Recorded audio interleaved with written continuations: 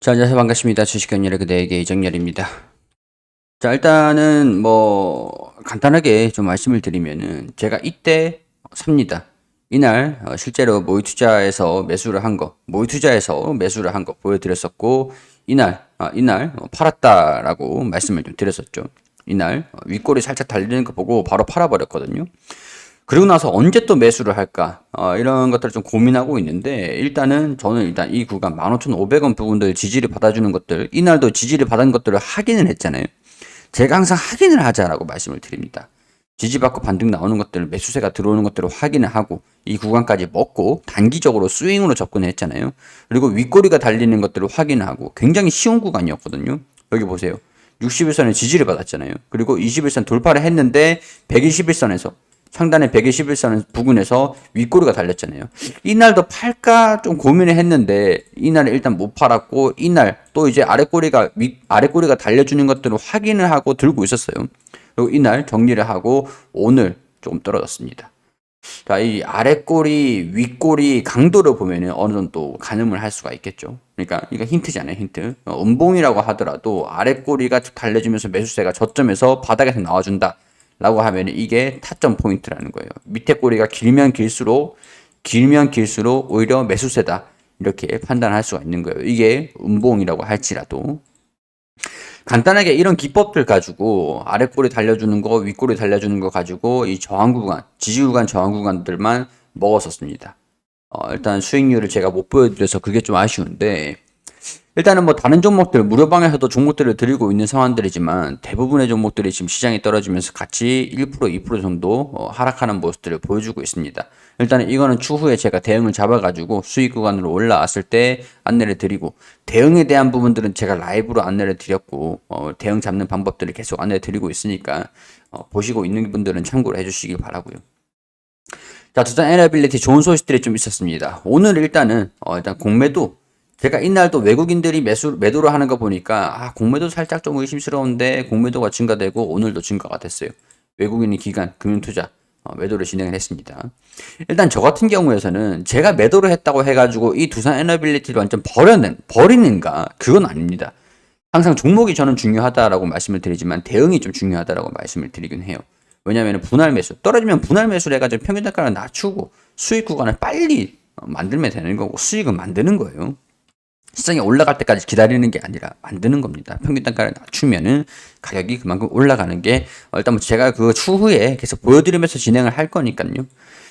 일단은 주가가 떨어지면은 저는 재매수를 또 할 겁니다. 모의 투자겠죠. 재매수를 한 다음에 또 반등이 나오면은 돌파하는 그 강도들을 보고, 제가 윗꼬리가 이 매도 물량들이 나오는 걸 보고 매도를 했으니까 또 돌파를 하는 그 강도를 보고 결정을 할 거예요. 근데 사실 이런 것들이 말은 쉬운데 어렵습니다. 어려워요, 사실. 강의 끝나고 이렇게 보여드리니까 이렇게 그렇게 말씀을 좀 드릴 수도 있는 거지, 장중에 판단하기가 굉장히 어려워요. 여기 때는 호가창 열심히 보고 있는 거고, 움직임들을 보고 우리가 결정을 하는 거고, 그런 것들이 되겠죠. 자, 일단은 이슈들이 여러 가지가 있었는데 자회사를 좀 매각을 한다라는 이슈가 좀 있더라고요. 자회사 매각 이슈가 있었는데 영국에 여기 독일, 여기 보면 영국 자회사 두산 엠퓨어를 10년 만에 매각을 했다라는 소식들이 있습니다.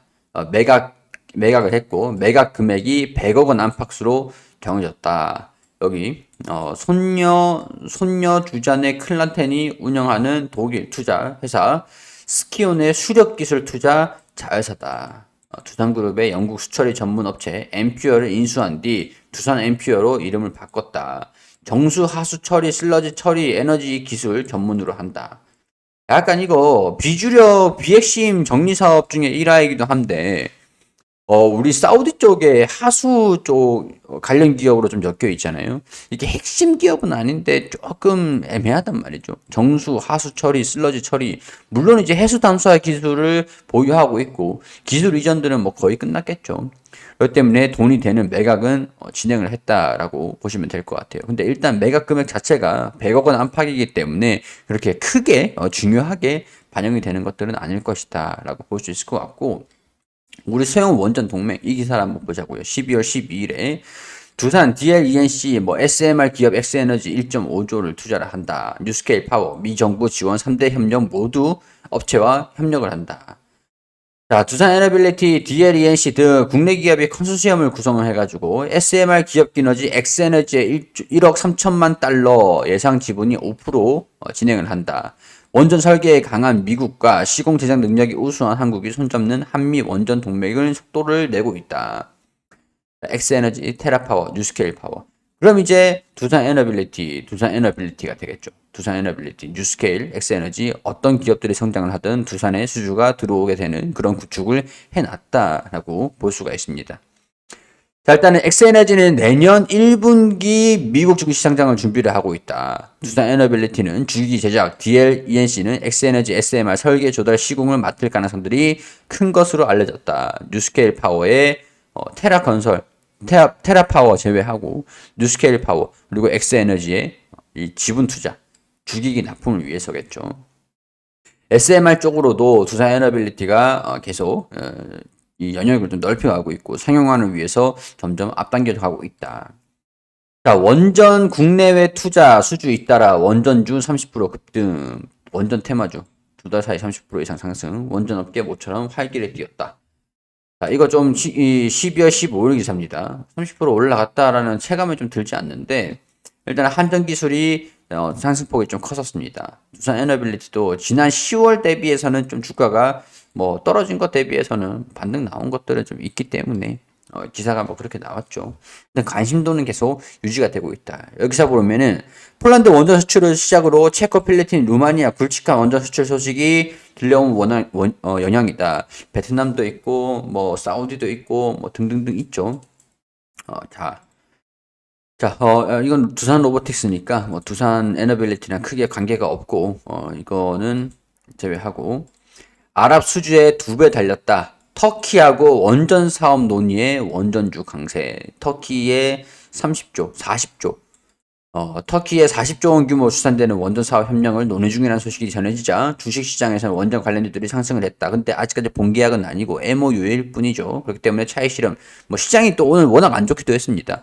제가 어제 금리에 대해서 좀 말씀을 드리긴 했는데 금리 인상 최종금리는 시장이 보고 있는 최종금리랑 야, 연준이 파월이 최종금리 5.1%까지 올린다라고 했는데 어차피 보고 있었던 게 5.1%였어요. 근데 물가가 하락 기조로 보여주고 있잖아요. 그러니까 파월 저거 허풍이야. 투자자들은 파월 저거 허풍이다. 그 정도로 금리 올릴 필요 자체가 없다. 물가가 떨어지고 있는 상황인데 물가 떨어지는 것들이 확인이 되면 물론 변수들은 있는 상황들이지만 뭐 4.75까지 25bp는 덜 올릴 거다. 덜 올릴 거다. 지정금리가 내려왔어요. 대신에 이제 5에서 5.25%까지 올렸다가 9월 달쯤에는 4.75까지 낮출 거야. 라고 보던 게 4.75가 최종금리가 되면서 그때 기간으로 연기가 된 거예요. 이거는 호재라고 할 수가 있죠. 호재.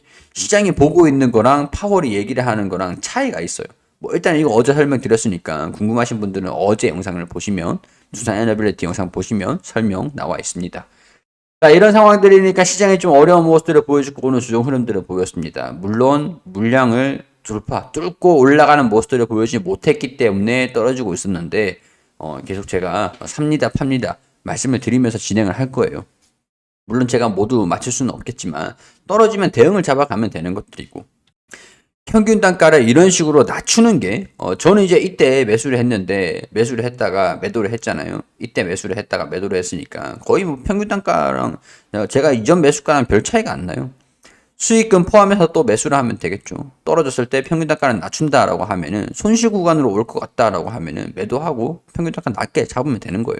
물론 이제 많은 쉽지만 장중에 결정하기는 쉽진 않죠.